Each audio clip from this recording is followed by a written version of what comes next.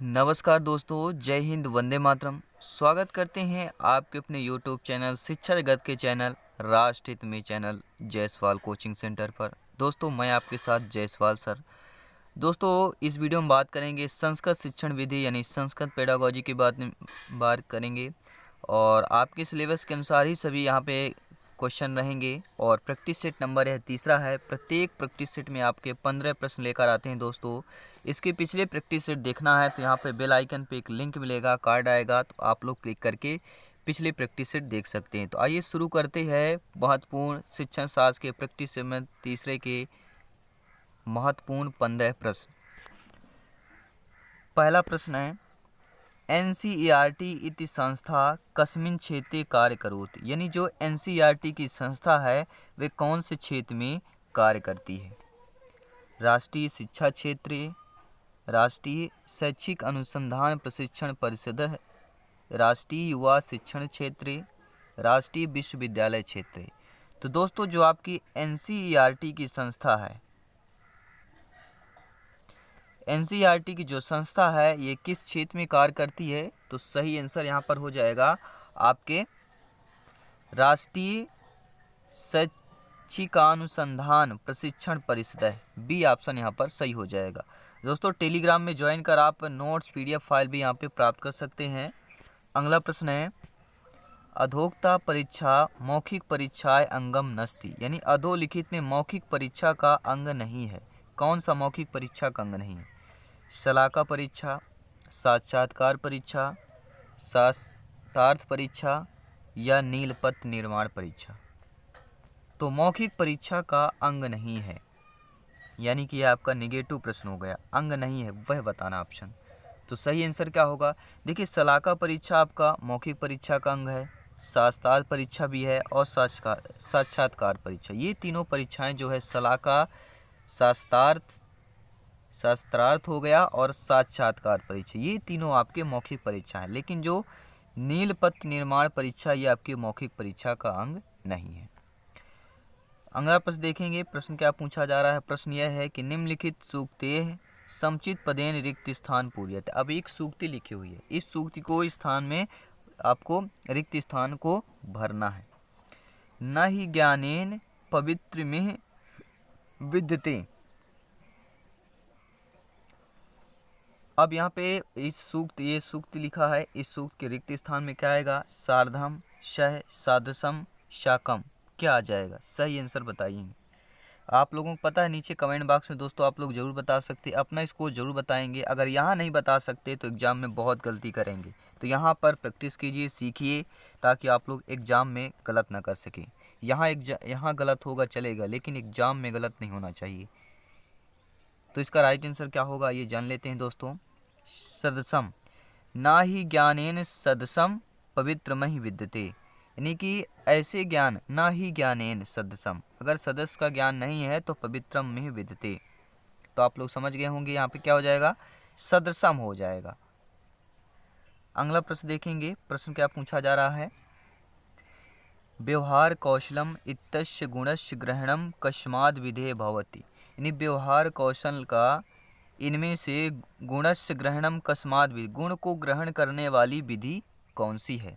व्यवहार कौशल की गुण को ग्रहण करने वाली विधि कौन सी है?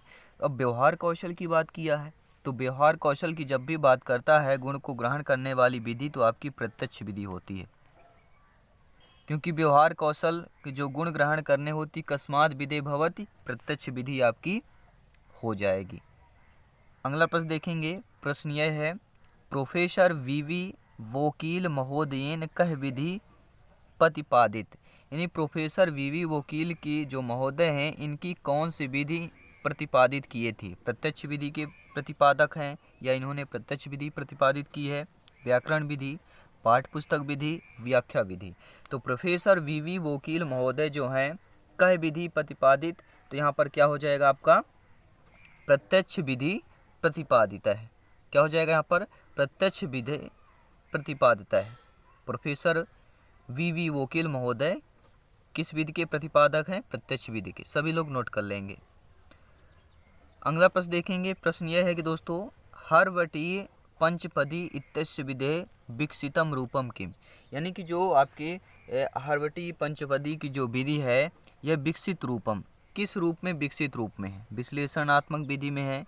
यानी कि जो पंचवटी हर्वटी विधि है इत्यस्य विधि विकसित रूप क्या है इसका, विश्लेषणात्मक विधि होगी, मूल्यांकन विधि, व्याकरण विधि, व्याख्या विधि। तो हर्वटी पंचपदी विधि की जो विकसित रूप होगा वह विकसित यहाँ पर रूप क्या हो जाएगा, सही आंसर होगा मूल्यांकन विधि। क्या हो जाएगा दोस्तों, मूल्यांकन विधि यहाँ पर सही रूप होगा। हर्वटी पंचपदी इत्यस्य विधि कस्मिन् रूपम किम, तो यहाँ पर हो जाएगा मूल्यांकन विधि रूपम। क्या हो जाएगा, मूल्यांकन विधि। अगला प्रश्न देखेंगे, भाव विभक्ते सर्वोत्तम साधनम विद्यते, यानी भाव व्यक्त करने का सर्वोत्तम साधन कौन सा है, व्याकरणम, सूत्रम, भाषा, श्लोकय। तो भाव व्यक्त करने का सर्वोत्तम साधन जो है वह आपका होता है भाषा। भाषा से आप अपने भाव, अपने सर्वोत्तम साधन जो है व्यक्त कर सकते हैं, क्योंकि जो भाषा होती है अपनी, उसी भाषा के आधार पर हम यहाँ पर कर सकते हैं।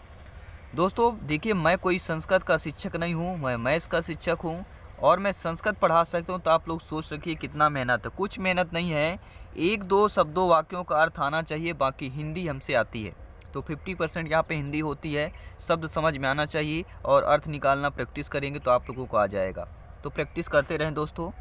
संस्कृत भाषाया शिक्षणाय कौशल्यानां स्वभाव विक्रमः विद्यते, यानी संस्कृत भाषा शिक्षण के कौशल में स्वाभाविक विक्रम कौन सा है, स्वाभाविक क्रम बताना है। ठीक है, स्वाभाविक क्रम कौन सा है। देखिए, संस्कृत भाषा शिक्षण की बात करें, हिंदी शिक्षण की बात करें, लेकिन हम संस्कृत की बात कर रहे हैं। शिक्षण के 4 महत्वपूर्ण कौशल हैं, 4 महत्वपूर्ण कौशल है। इसमें पूछा जाता है प्राथमिक कौशल कौन सा है, तो प्राथमिक कौशल श्रवण होता है। अंतिम कौशल कौन होता है, लेखन होता है। अब ये बीच में आइए, 4 कौशल है, ठीक है, तो स्वाभाविक क्रम बताया गया है। तो पहले में ये मालूम होना चाहिए कि प्राथमिक कौशल कौन सा है। देखिए, प्राथमिक कौशल श्रवण हो गया, लेखन हो गया, अंतिम। अब देखिए सभी में ये दोनों क्या लिखे हैं कि नहीं लिखे। देखिए जहाँ पर श्रवण, देखिए श्रवण कौशल केवल ए ऑप्शन में लिखा, बाकी किसी में नहीं लिखा है। तो आपको आंख बंद के श्रवण में लगा देना, क्योंकि पहला जो कौशल है आपका श्रवण कौशल है। प्रथम कौशल यानी सुनना होता है, सुनने के बाद भाषण यानी बोलना होता है, बोलने के बाद पढ़ना, पढ़ने के बाद लेखन। तो ये नोट कर लेना, पहले श्रवण और अंतिम लेखन होना चाहिए। अगला प्रश्न देखेंगे, संस्कृत शिक्षणस्य प्रयासः स्यात्, यानी संस्कृत शिक्षण का प्रयास क्या है। यहाँ पे संस्कृत शिक्षण का प्रयास क्या होगा, कैसा होता है, संस्कृत शिक्षणस्य प्रयासः स्यात् कैसा होता है। तो यहाँ पर क्या हो जाएगा दोस्तों, राइट आंसर आइए देखेंगे, बहुमुखी। संस्कृत शिक्षण का जो प्रयास होता है बहुमुखी प्रयास होता है, बहुमुखी। कितना, कैसा प्रयास, बहुमुखी प्रयास होगा। अगला प्रश्न है, अभिनय कतिविधो भवति, अभिनय की कितने विधि हैं। अभिनय जो होता है उसकी कितनी विधि हैं, तो अभिनय के 4 विधि। कितने विधि हैं आपके, 4 विधि। अगले प्रश्न बताएंगे वो कौन कौन सी हैं। अभिनय की 4 विधियां हैं। अगला प्रश्न है, दृश्य श्रव्य साधनेषु प्रमुखम साधनम अस्ति, यानी दृश्य श्रव्य साधन के प्रमुख साधन कौन से हैं। तो दृश्य और श्रव्य दोनों है, यानी दिखाई भी देना चाहिए और सुनाई भी देना चाहिए, दोनों साथ में होना चाहिए। तो दोनों साथ में क्या होता है, दूरदर्शनम में ही हो सकता है, जिसे हम टीवी बोल सकते हैं। तो क्या है, सुनाई भी देता है, दिखाई भी देता है। लेकिन आकाशवाणी केवल सुनाई देती है, पुस्तक में केवल देख सकते हैं, ठीक है, और श्याम फलकम में भी यहाँ पर देख सकते हैं। लेकिन दूरदर्शन जो है टीवी हो गया, ठीक है, तो यहाँ पर क्या होगा, दृश्य श्रव्य साधन का प्रमुख साधन आपका दूरदर्शन होगा। अगला जो प्रश्न है, दृश्य साधनम सर्वोत्तम साधनम वर्तते, यानी दृश्य साधन का सर्वोत्तम साधन कौन सा माना जाता है। तो दृश्य, अब देखिएगा, दृश्य साधन का सर्वोत्तम साधन आपका श्याम फलकम माना जाता है। अगर दृश्य साधन की बात करें, सर्वोत्तम साधन श्याम फलकम है और दृश्य शब्द का दूरदर्शन है। अगला प्रश्न देखेंगे, प्रश्न क्या पूछा जा रहा है, पाठ पुस्तकस्य उद्देश्यानि सन्ति, यानी पाठ पुस्तक का उद्देश्य कौन सा है। पाठ पुस्तक का उद्देश्य क्या है, आइए पढ़ते हैं। बालका नाम ज्ञानस्य सीमा विस्तार है, यानी बालकों के ज्ञान का विस्तार करना। व्यवहारिक ज्ञान संप्रदाय प्रेरणा, यानी व्यवहारिक ज्ञान का संप्रदाय का प्रेरणा। छात्राणाम कल्पना शक्ति विकास है, छात्रों की कल्पना शक्ति का विकास। यह उपर्युक्त तीन अपि। तो सही आंसर क्या होगा दोस्तों? पाठ्य पुस्तक उद्देश्य संति। सही लोग सही ऑप्शन बताएंगे सभी लोग। देखिए दोस्तों, पाठ्य पुस्तक जो उद्देश्य होता है बालकों के ज्ञान का सीमा का विस्तार करना, व्यवहारिक ज्ञान के समुदाय की प्रेरणा देना और छात्रों की कल्पना शक्ति का विकास करना, ये तीनों जो है आपके पाठ्य पुस्तक के उद्देश्य हैं। तो यहाँ पर क्या हो जाएगा? उपर्युक्त क्या है? तीन अपि, यानी ये तीनों सही है। अगला प्रश्न देखेंगे। प्रश्न क्या है? संस्कृत शिक्षण मूल्यांकनस्य साधना भूताय भवन्ति, यानी संस्कृत शिक्षण के मूल्यांकन के साधन में कौन सा है? साधन भूताय भवन्ति। बुद्धि परीक्षा होगा, अभिरुचि परीक्षा होगा, आसक्ति परीक्षा होगा, यह उपयुक्त सर्वाय हो जाएगा। तो सही आंसर जानेंगे, सटीक आंसर जानेंगे कि संस्कृत शिक्षणस्य मूल्यांकनस्य साधनम भूताय भवन्ति, अभिरुचि परीक्षाएं, बुद्धि परीक्षाएं, आसक्ति परीक्षा, ये उपर्युक्त सर्वा है। ये तीनों जो हैं संस्कृत शिक्षण के मूल्यांकन के साधन हैं, साधन के प्रकार हैं। बुद्धि परीक्षा भी है, अभिरुचि परीक्षा भी है, आसक्ति परीक्षा, ये तीनों हो जाएंगे, यानी उपर्युक्त सर्वाय हो जाएगा। अगला प्रश्न देंगे। प्रश्न है यहाँ पर, लघु काष्ठखंडस्य व्यवहार कुत्र केते, यानी लघु काष्ठखंड के व्यवहार का जो है आपका कुत्र केते, क्या कहते हैं? वसनीय परीक्षायाम में, या शलाका परीक्षायाम, या निबंध परीक्षायाम, या अंत्याक्षरी परीक्षायाम। तो लघु काष्ठखंड यानी कि जो लघु खंड होते हैं, लघु काष्ठखंड होते हैं, उनका जो व्यवहार है वह कैसा होता है? तो उनका व्यवहार कुत्र केते, यानी उनका व्यवहार क्या करता है? तो उनका व्यवहार यहाँ पे शलाका परीक्षायाम क्या करता है? शलाका परीक्षायाम। एक दो क्वेश्चन आज हम स्टक करवा दे रहे हैं दोस्तों।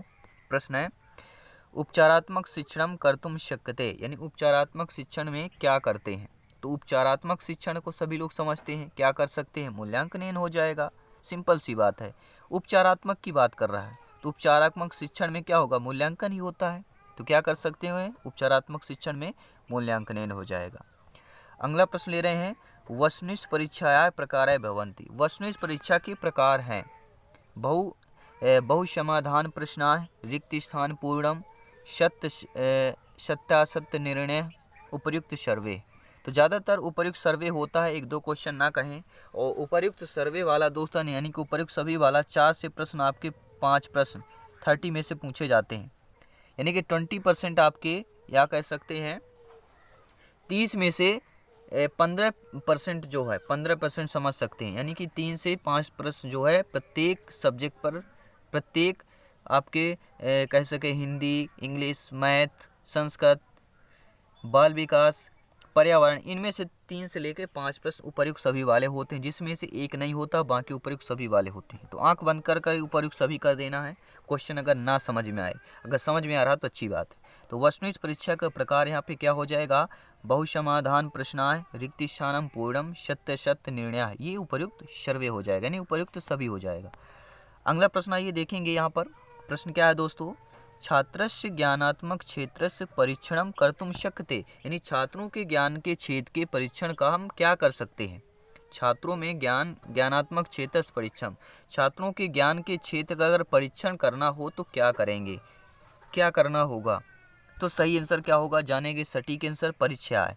अगर छात्रों में ज्ञानात्मक क्षेत्र में परीक्षण करना है तो क्या करेंगे? परीक्षा करेंगे, परीक्षा हो जाएगा, परीक्षा, यानी बी ऑप्शन यहाँ पर सही हो जाएगा, सटीक आंसर जानेंगे। तो ये दोस्तों आज के हमने 15 नहीं 18 क्वेश्चन आपको करवा दिए हैं, 3 क्वेश्चन एक्स्ट्रा करवाए हैं, क्योंकि आप लोगों का प्यार इसलिए बहुत अच्छा मिल रहा है। आप लोग बहुत ही अच्छा लाइक सपोर्ट इस चैनल, इस शिक्षागत के प्लेटफार्म को कर रहे हैं, बहुत ही बड़ी बात है दोस्तों, बहुत बड़ा दिल है आपका। दोस्तों तैयारी करते रहें, बहुत ही अच्छा मौका है आपके लिए।